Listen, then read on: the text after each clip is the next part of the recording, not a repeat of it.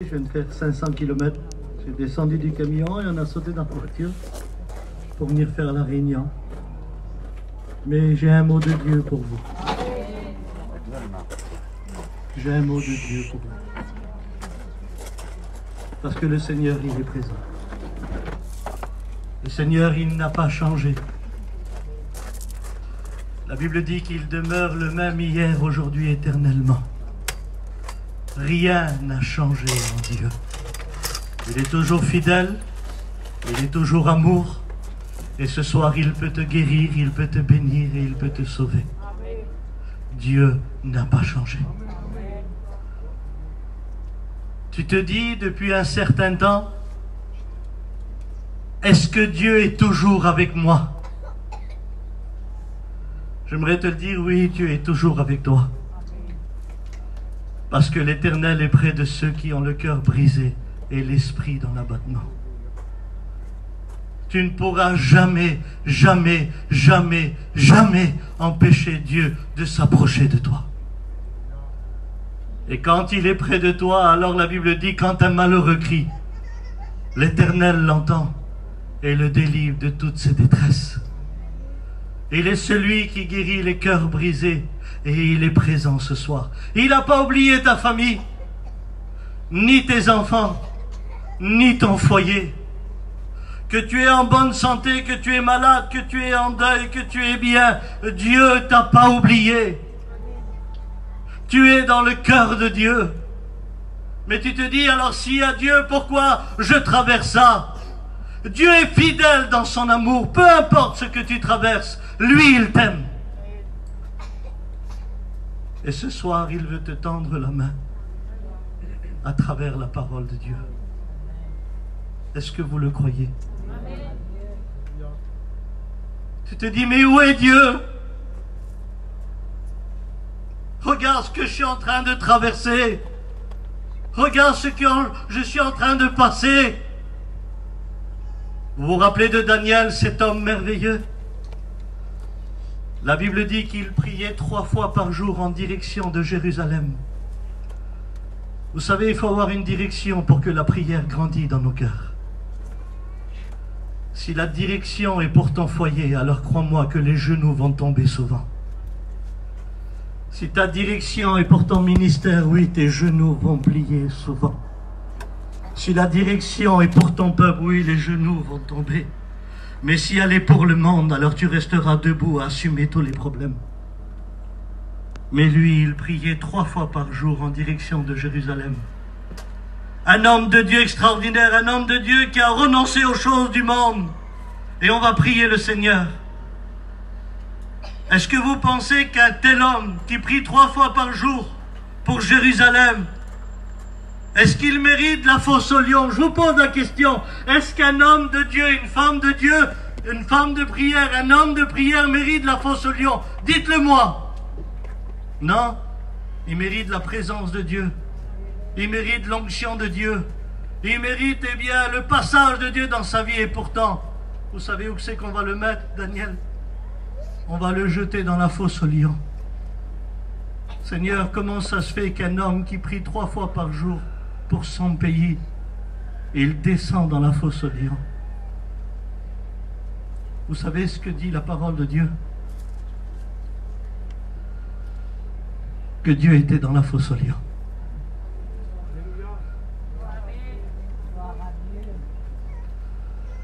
Parfois tu te dis, je ne prie plus parce que je suis dans l'épreuve. Continue à prier, Dieu est dans l'épreuve. Il est dans la fosse au lion. Tu peux y descendre tranquillement, ne t'inquiète pas, personne ne va te dévorer. Il est là pour fermer la gueule des lions. Alléluia. L'ange de l'Éternel campe autour de ceux qui le craignent et les arrache du danger. Daniel, tu es là? Présent? Je suis ici, ô roi. Comment ça se fait? L'Éternel a envoyé son ange et il a fermé la gueule des lions. Alléluia. Et il est ressorti de la fosse aux lions. N'aie pas peur des lions. N'aie pas peur de ceux qui t'entourent. Dieu est avec nous. Gloire à Dieu. Est-ce qu'on peut dire Amen? Est-ce qu'on peut dire Alléluia? J'aimerais vous parler d'un homme ce soir.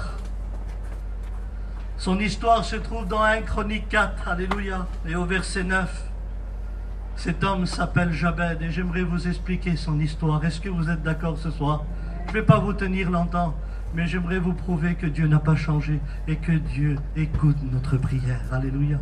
Écoutez ce qu'il est écrit.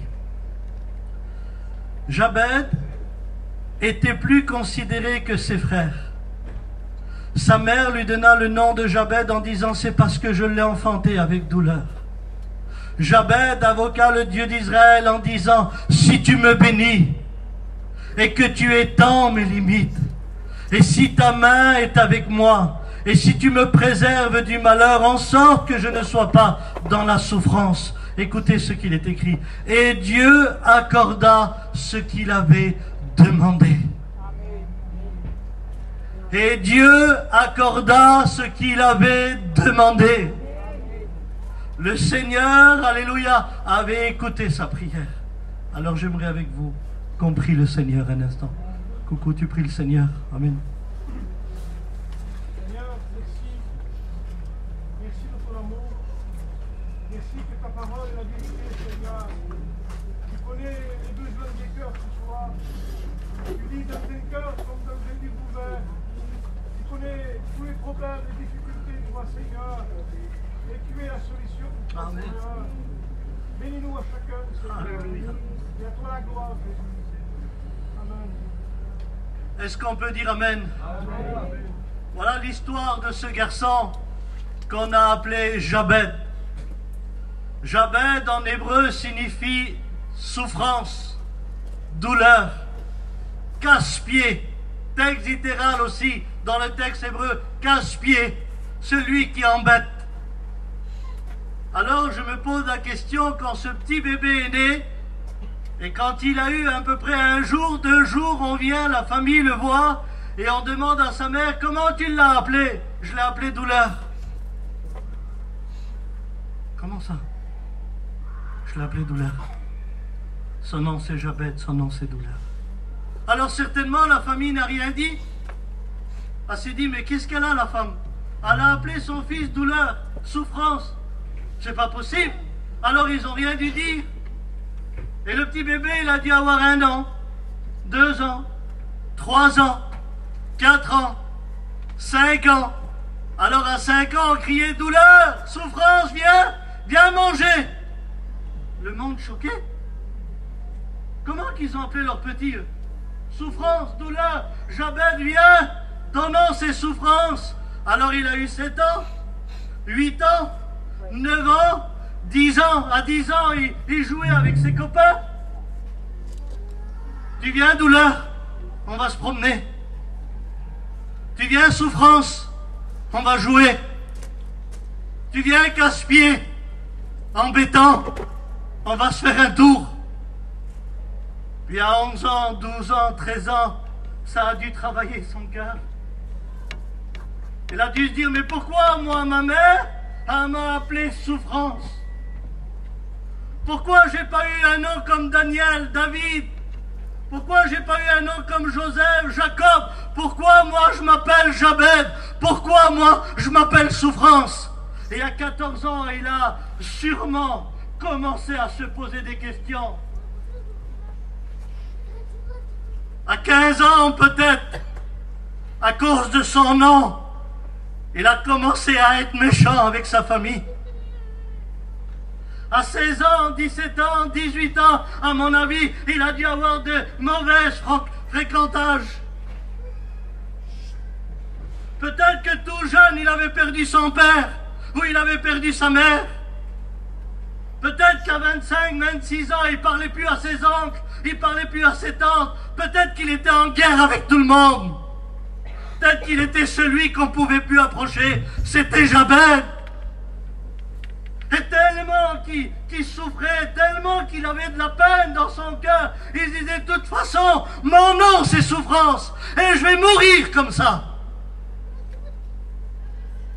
Et quand on souffre, on n'a pas d'avenir. Quand on souffre, on n'a pas de sentiment. Quand on souffre, on n'a pas d'émotion. Quand on souffre, on n'a pas de sommeil. Quand on souffre, on n'a pas d'appétit. Quand on souffre, on n'apprécie pas notre foyer. Quand on souffre, tu peux avoir le plus grand pasteur à côté de toi. Rien ne fait effet dans un cœur. Parce que la souffrance l'a englouti. Parce que la souffrance l'a paralysé. Peut-être qu'il a commencé à travailler puis ça allait pas. Peut-être qu'il faisait pas 10 francs. Peut-être qu'il était peut-être marié, qu'il divorçait tous les minutes. Mais c'était normal pour lui. Il s'appelait douleur. Il s'appelait souffrance. C'était le nom que les parents lui ont donné. Mais un jour, il en a eu marre. Comme toi, ce soir, t'en as marre de souffrir. T'en as marre de divorcer. T'en as marre de faire un seul terrain parce que le troisième, tu peux pas aller parce que tu vas te faire tuer. T'en as marre de prendre ton auto et faire que 4 km parce que les prochains 20 km que tu vas faire, tu vas avoir des problèmes. Alors Jabez, il s'est dit, pour changer mon nom, il me faut quelque chose. Il faut que j'invoque le Dieu d'Israël. Il a entendu parler qu'il y a un Dieu en Israël et que lui pouvait changer sa situation. Alors il ne connaît pas ce Dieu d'Israël et vous savez ce qu'il dit? Si tu me bénis, il savait, Jabez, que c'était pas de l'or, c'était pas de l'argent qu'il avait besoin. Un homme béni sort de sa souffrance. Un homme béni sort de sa peine. Quand tu es béni, alléluia, que tu as mangé ou tu n'as pas mangé, tu es béni. Quand tu es béni, si tout va bien ou si tout va mal, tu es béni. Quand tu es béni, tu es heureux. Quand tu es béni, tu apprécies ton foyer. Quand tu es béni, alléluia, tu es heureux de là où tu es. Quand tu es béni, alléluia, tu donnes un avenir à tes enfants. Il dit, si tu me bénis, il avait compris que s'il est béni, il sort de sa situation. Et ce soir, mon désir, alléluia, c'est que Dieu nous bénisse. Amen. Et que Dieu agisse dans nos cœurs. Et il a dit, si tu étends mes limites, c'est-à-dire, Seigneur, j'en ai marre, je vais parler à mon oncle, je vais parler à ma tante, je vais parler à mon beau-frère. Seigneur, je ne veux plus être limité. Je fais un pas, j'ai des problèmes. Étends mes limites. Élargis ma route. Seigneur, je veux progresser dans ma vie. Parce que quand tu es béni, tu es capable de pardonner, même si tu as raison. Parce que quand tu es béni, tu penses à la gloire de Dieu. Quand tu es béni, tu es capable de t'humilier. Et être béni, il a dit, élargis mes limites. Étends mes limites. Seigneur, ne me donne pas à aller juste à côté, mais donne-moi à aller plus loin. Alléluia. Il a dit, si ta main est sur moi. Pourquoi qu'il voulait la main de Dieu? Parce que Jabez savait que si la main de Dieu était sur lui, peu importe ce qui lui est arrivé, il savait qu'il était dans la main de Dieu. Il dit, afin que je ne sois pas dans la souffrance et afin que je ne sois pas dans le malheur. Parce que la Bible dit que le malheur atteint souvent le juste, mais l'Éternel l'en délivre toujours. Et quand il a fait cette prière, la Bible dit que Dieu, alléluia, lui accorda ce qu'il lui avait demandé.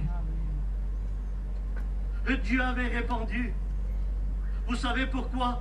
Parce qu'il était venu avec un cœur sincère, il était venu avec un cœur vrai, il était venu avec un cœur repentant. Il en avait marre de souffrir, il en avait marre de manger la poussière, il en avait marre, un jour heureux, un jour malheureux, un jour heureux, un jour malheureux. Il a voulu prendre une décision, il a commencé à invoquer le Dieu d'Israël. Je te le dis tout de suite, arrête de consulter le tarot. Arrête de consulter la ligne de la main. Arrête de consulter ton avenir, il n'y a rien sur Internet, il n'y a rien vers les gadgets. C'est Dieu qui connaît ton avenir. Et c'est lui qui peut le changer. Quand tu invoques le Seigneur, invoque-moi au jour de la détresse, je te répondrai, alléluia, et je te délivrerai, tu me glorifieras. Et moi, j'étais un Jabed dans ma vie. Moi, j'étais un Jabed. Je voudrais choquer personne ici ce soir, mais je viens d'une maison où les pasteurs sont venus chez nous parce qu'il y avait un cas de possession. Et quand les pasteurs sont venus pour prier et pour chasser, ma mère me disait, Abraham, sors dehors, mon fils, sors dehors, ne vois pas ça. Et moi, je me mettais par la fenêtre et je voyais comment les pasteurs commençaient à chasser. Plus tard, dans la même maison, une deuxième personne. Les pasteurs, il a fallu qu'ils reviennent pour prier. Et moi, je ne connaissais pas le Seigneur, je ne connaissais pas l'Évangile. Et quand je voyais ça, alors ma mère me disait, sors dehors, Abraham, ne vois pas ça, mon fils, ne vois pas ça. Et moi, je me voyais par la fenêtre et puis je voyais cette réunion. J'avais peur de mon ombre, j'avais peur du soir, je dormais plus. On vivait tellement dans la misère dans cette même maison que du matin au soir, ça tapait les femmes, ça buvait du matin au soir, ça jouait aux cartes. Personne n'avait le droit de parler. Mais comme je ne connaissais pas l'Évangile, je croyais que tout le monde avait la même vie que nous. Et j'étais un Jabed aussi.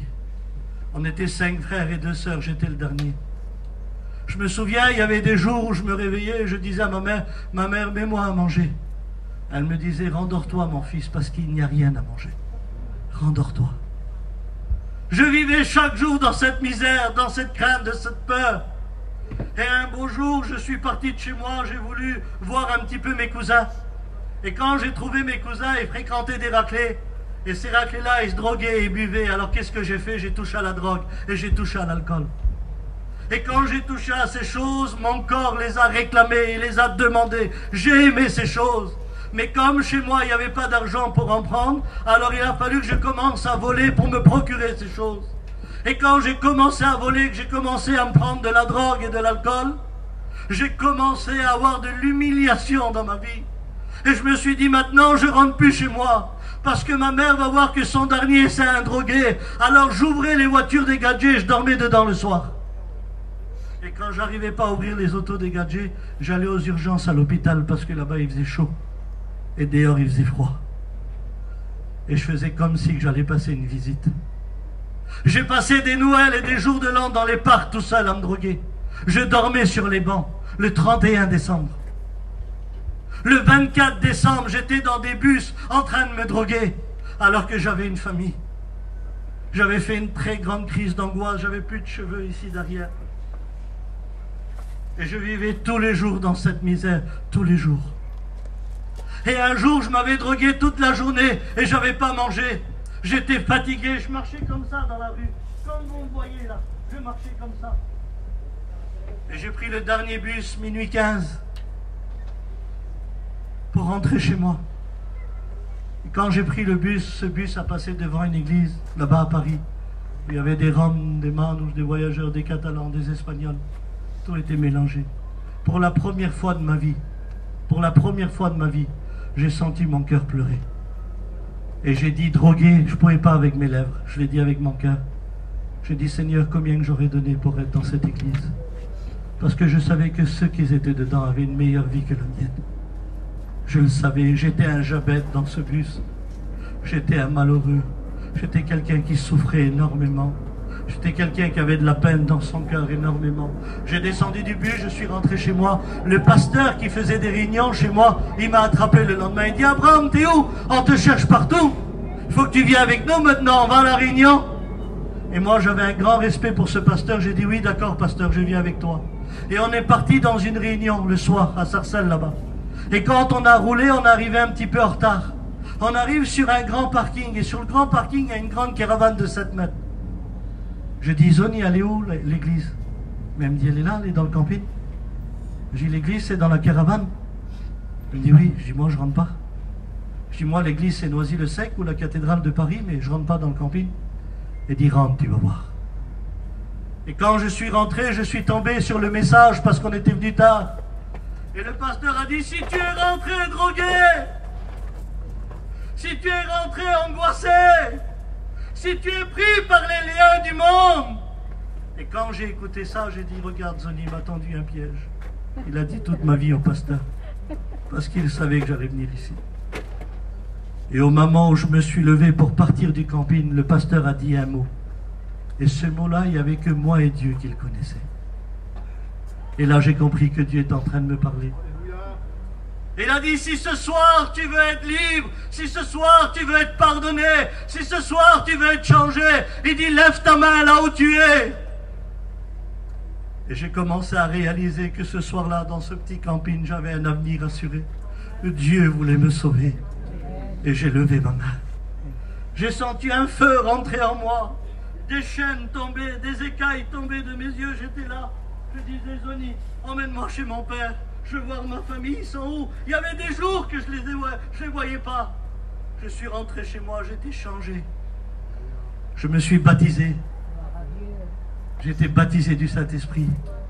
Je me suis marié avec la fille d'un pasteur. J'ai été appelé au ministère. En 2005, j'étais candidat au ministère et un mercredi après-midi, mon ancien m'appelle, il me dit, Abraham, t'es où?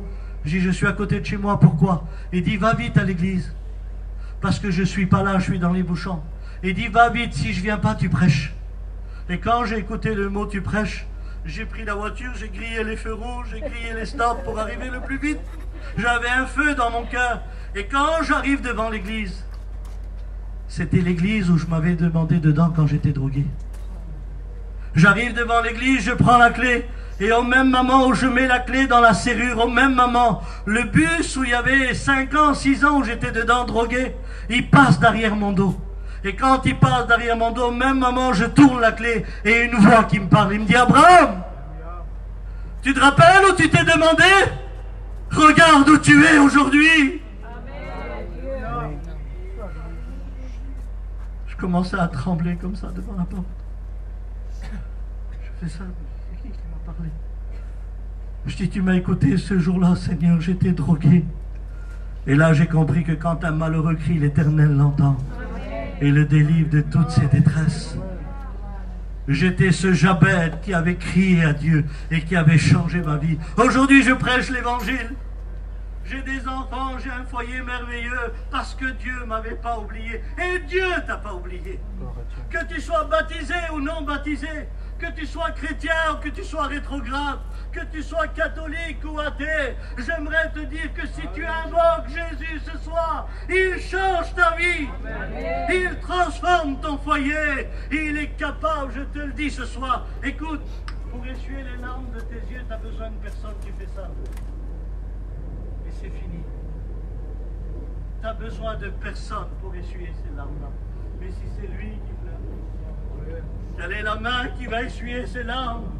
Moi, j'ai connu une main qui a été clouée à la croix, où son sang a été versé, qu'il a ressuscité le 3e jour. Et aujourd'hui, il guérit les cœurs brisés. Il est capable de changer ton foyer.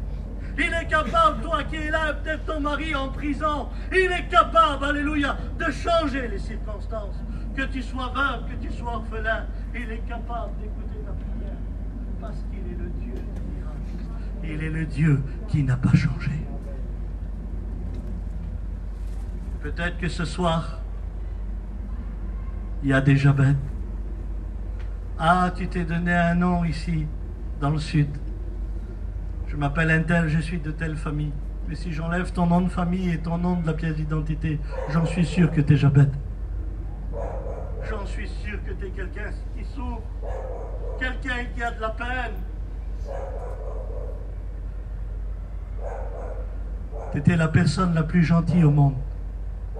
Mais à cause des autres, tu as commencé à haïr. Tu sais pas ce que c'est de la haine. Parce que tu mangeais pas de cette nourriture. Et cette nourriture, aujourd'hui, elle te fait mal. Écoute-moi. Il est capable de mettre le pardon dans ton cœur. Il est capable de réconcilier les familles qui ont le plus grand problème au monde. Parce que la Bible dit, quand l'Éternel approuve les voies d'un homme, il dispose favorablement la voie de ses ennemis. Dieu prépare le pardon. Mais ce soir, tu as besoin de Jésus. Et ce besoin, il se fait ressentir ce soir. Parce que j'aimerais te le dire. Crois-moi si tu veux ou pas. Mais il est présent. Il passe dans les rangs. Alléluia. Parce que la Bible dit que 2 ou 3 réunis en mon nom, je suis au milieu de vous. Et peut-être que ce soir, tu as besoin de sortir de ton péché. T'en as marre. T'en as marre, t'en as marre, t'en as marre, t'en as tellement marre que tu as peur tous les minutes. Tous les minutes. Parce que le commerce que tu as, il n'est pas la gloire de Dieu. Aujourd'hui, le commerce que tu as, tu n'as même plus honte devant personne. Même tes enfants, ils savent ce que tu fais. J'aimerais te le dire aujourd'hui. Si tu n'as plus de respect pour toi-même, Dieu te respecte parce que tu es sa création. Et lui, il a un seul désir, c'est que tu passes des ténèbres à la lumière, de la mort à la vie. Il est capable de te donner un travail. Il est capable de bénir ton foyer. Il est capable de te donner en abondance. Si tu le crois, tu verras la gloire de Dieu. Mais il faut que tu le crois. Il faut que tu dises ce soir, j'ai besoin de toi, Jésus. J'ai besoin de toi dans mon foyer, dans ma vie. Je souffre il y a des années. Tu as tellement pris des coups que tu as des hématomes plein la tête. Et toute la journée, tu dis les coups que tu prends. Si tu le veux, à partir de demain, tu peux dire ce que Dieu a fait pour toi ce soir. Tu peux changer ta discussion en une bénédiction véritable parce qu'il est le Dieu qui te connaît. Il est le Dieu, alléluia, qui peut changer toutes circonstances et je le crois. Que ce soir, ceux qui sont malheureux, Dieu peut les rendre heureux. Que ceux qui sont pécheurs, Dieu peut les sauver. Que ceux qui sont en deuil, Dieu peut essuyer leurs larmes des cœurs. Et Dieu est capable de mettre un chemin dans le désert et un fleuve dans la solitude. Il est le Dieu qui bénit. Alléluia. Je roulais aujourd'hui avec mon fils, il a 16 ans. J'ai une fille de 19 ans qui est mariée, je suis papou depuis 10 mois.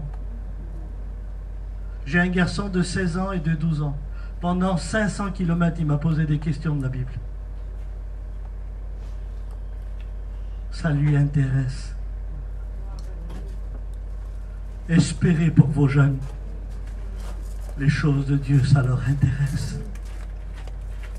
Dieu a un avenir merveilleux pour nos enfants. Est-ce que vous le croyez? Alors je ne vais pas prêcher plus longtemps, mais je crois à la puissance de Jésus. Je me rappelle dans cette caravane ce soir-là, Dieu n'a pas changé, il est le même Dieu ce soir. Et peut-être que tu as besoin de Jésus dans ton foyer, tu as besoin de Jésus dans ta famille, tu as besoin de Jésus pour tes enfants, tu as besoin de Jésus dans ton cœur. Et ce soir, je te le dis en vérité, tu es devenu un habitué des réunions, tu es devenu un habitué d'Internet, tu écoutes les plus grands messagers d'Espagne, de France, de Barcelone, du Portugal. Je le dis en vérité, tu écoutes toutes les louanges du matin au soir sur YouTube. Mais tu n'as pas une lueur d'espoir ce soir que ta situation peut changer. Parce que Dieu, c'est pas Internet. Dieu, c'est pas une télévision. Dieu, il est tout puissant et ce soir, il peut changer ta vie. J'aimerais te dire, ne fais pas de la réunion de ton canapé comme si tu étais devant la télé et que tu vas bientôt changer de chaîne. Non, non, non, non, non, non. Si tu crois, tu verras la gloire. Si tu crois ce soir, les choses peuvent changer. Les chaînes peuvent être brisées parce que Dieu est puissant. Et dans la simplicité ce soir, qui a besoin de Jésus? Lève ta main et on va prier le Seigneur. Dieu vous voit, levez la main, n'ayez pas peur, je vous en supplie. Levez la main, Dieu vous voit, même au fond là-bas, Dieu vous voit, Dieu vous voit. Dieu vous voit, alléluia, même là-bas, Dieu vous voit parce qu'il est le Dieu tout-puissant, alléluia. Est-ce que vous le croyez? Est-ce que c'est vrai? Est-ce que vous croyez qu'il est vivant? Amen. Moi je le crois aussi, alléluia, qu'il est tout puissant, alléluia.